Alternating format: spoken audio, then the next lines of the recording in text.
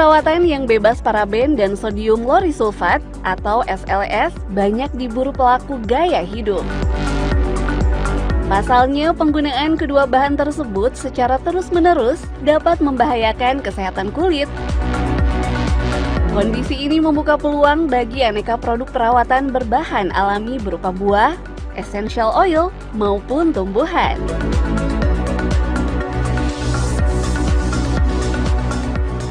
Seperti saya sebutkan tadi, bahan-bahannya minyak, air distilled, air suling kalau bahasa Indonesianya, soda api, sodium hydroxide. Udah, sama kalau warna-warna itu dari pewarna mica yang dipakai di lipstick sama eyeshadow. Ya, mica yang sama sih. Dan itu micanya semuanya udah di certified eco friendly. Sabun batangan sendiri itu pada esensinya manfaatnya ya tentu lebih aman di kulit. Karena dibandingin sabun yang dimanufaktur di pabrik, tidak ada pengawetnya, nggak ada bahan kayak bahan tambahan seperti SLS, paraben itu tentu nggak pakai. Paraben itu kan fungsinya untuk mengawetkan, tentu nggak dipakai.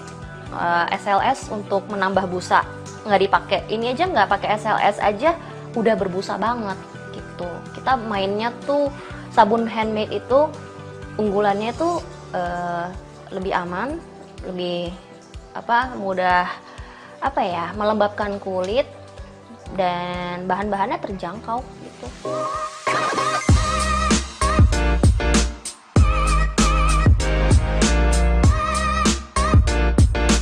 Ada berbagai alasan untuk mengalihkan penggunaan sabun dari yang berbahan kimiawi ke alami. Kesehatan kulit dan lingkungan adalah dua alasan utamanya.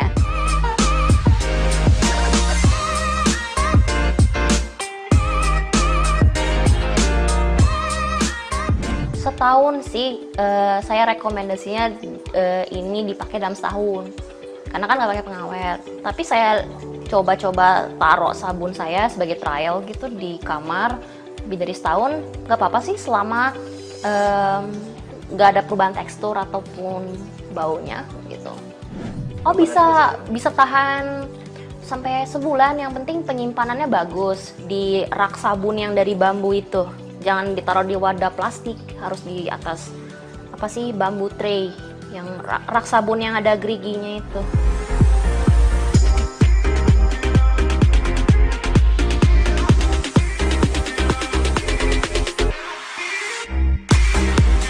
Pembuatan sabun alami atau homemade ini dapat dikatakan mudah.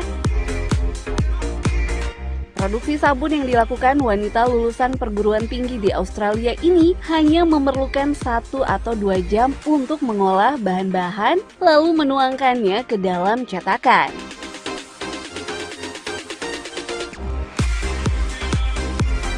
Hasil cetakan sabun akan kering setelah 1 kali 24 jam.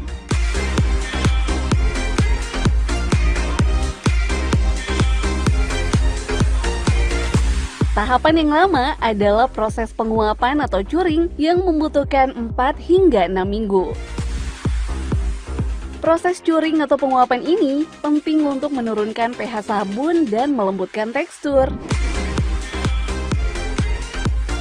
Setelah masa curing atau penguapan selesai, sabun alami yang aman bagi konsumen ini siap untuk digunakan. Ngerjainnya sendiri tuh sebenarnya singkat ya, maksudnya proses nuanginnya ke cetakan itu paling cuman 20 menit gitu. Tapi kalau untuk biar bisa dikemas, dikirim ke customer tuh sebulan gitu. Karena nunggu keras dan nunggu sodium hydroxide-nya tadi menguap. Karena kalau masih ada sodium hydroxide tadi, soda api tadi, kena kulit, gatel. Tergantung orangnya, tapi ada orang yang sensitif banget sama soda api terus kayak ngerasa kok gatel, padahal bukan sabunnya yang kenapa-kenapa, tapi emang soda apinya masih mengendap, jadi butuh waktu untuk menguap gitu. Saya jemur. Konsistensi adonan sabunnya tuh ngaruh juga ke desain. Terlalu kental nggak bisa didesain. Kalau terlalu cair nanti sabunnya itu ambles.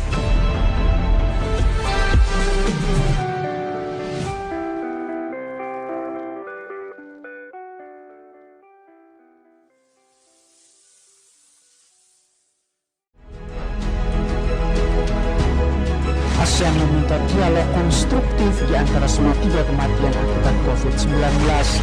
Kasus virus corona di India mulai mengatakan saling tembak pada Sabtu kemarin memecahkan yang membuat kondisi makin buruk saat Turki Ottoman kalah dan perang dunia pertama.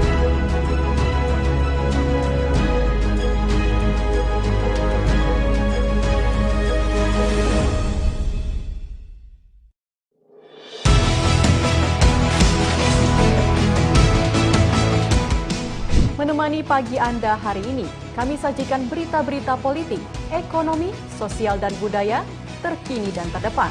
Bersama saya Indira Saraswati dalam saluran 8 pagi Garuda TV.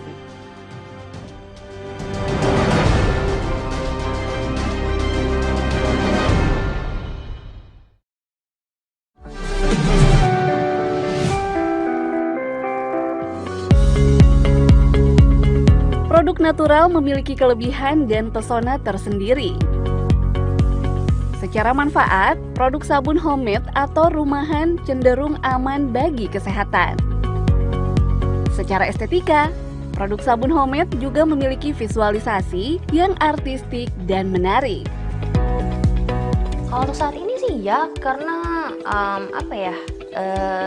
bisa dibilang soap maker di Indonesia itu belum terlalu banyak ya. Banyak, tapi maksudnya mereka lebih fokusnya sama keunggulan-keunggulan seperti kayak mencerahkan kulit, mengobati eksim. Itu kan udah common ya. Sedangkan sabun yang artistik, berestetika unik gitu masih jarang di Indonesia sih saya lihat. Nah sih empat ini levelnya lumayan mudah. Tapi mungkin yang laut harus agak konsentrasinya lebih tinggi ya, karena ada motif kayak ombaknya kan gitu. Karena konsistensi adonan sabunnya tuh ngaruh juga ke desain. Terlalu kental nggak bisa didesain, kalau terlalu cair nanti sabunnya itu amblas dalam cetakannya. Ada model laut kan, terus ada yang warna-warni itu sabunnya tutti frutti, buah-buahan. Yang dua itu berdasarkan minuman koktail. Seorang perajin sabun harus giat berinovasi, baik dari segi varian bahan maupun bentuk dan warna sabun. Inovasi dan kreativitas dapat diasah dengan rajin melakukan berbagai eksperimen. Rajin melakukan percobaan ini selain untuk antisipasi bahan yang sulit didapat, juga untuk mengganti model dan pola sabun. Bahan yang biasa digunakan dalam pembuatan sabun homemade antara lain essential oil, virgin coconut oil, susu kambing, buah-buahan, dan juga tanaman. Sejauh ini sih orang-orang kenalnya sama sabun yang putu ayu itu yang depan, yang hijau. Soalnya sejauh ini saya nggak pernah lihat sih ada sabun kue Nusantara di Indonesia. Kalau ide tuh sebenarnya benar-benar kebetulan banget gitu. Saya kan suka browsing YouTube, Pinterest, terus kan Instagram kan sekarang orang lagi pakai Reel kan. Jadi dari Reel tuh saya suka explore aja soap making techniques gitu. Ternyata banyak soap maker di seluruh dunia yang tekniknya tuh unik-unik. Kayak misalnya di Korea tuh trendingnya bikin sabun yang menyerupai alam. Jadi ada sabun yang gambarnya tuh kayak lukisan sawah gitu. Bisa, orang Korea tuh pada kreatifnya di situ. Sedangkan di Amerika tuh trennya bikin sabun yang warnanya tuh kayak terrazzo gitu loh. Sih agak abstrak gitu pola-polanya. Kayak lebih mainnya ke geometri. Sedangkan kalau di Jepang mereka lagi senangnya bikin sabun bentuk makanan. Kayak saya ini. Saya bikin sabun es krim. Tuh di Jepang lagi bikin sabun, lagi trennya itu bikin sabun yang hyper realistik. Terus di Australia mereka juga senangnya bikin sabun-sabunnya tuh yang warnanya tuh basic, pastel. Jadi saya combine aja ide-ide dari situ gitu. Mungkin baru dapat desain kayak gitu tuh setelah 3 kali uji coba. Selesruku agak kereba. Sini, saiki dulu Maka buka pisang hijau.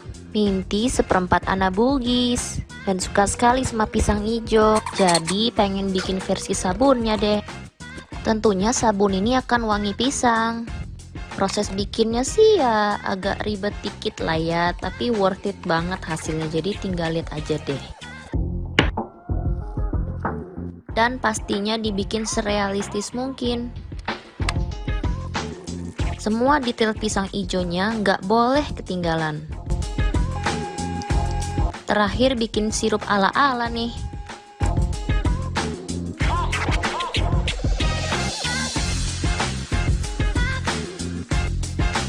Sudah jadi. Aduh, jadi lapar Jito. Tidak bisa mie dimakan. Jangan lupa follow akunku. Terima kasih. Perajin sabun harus selalu kreatif dalam bermain warna, bentuk, dan juga aroma sabun. Penampilan luar sabun harus diperhatikan agar konsumen tidak bosan dengan bentuk yang monoton. Aroma sabun juga mengambil peran yang sangat besar.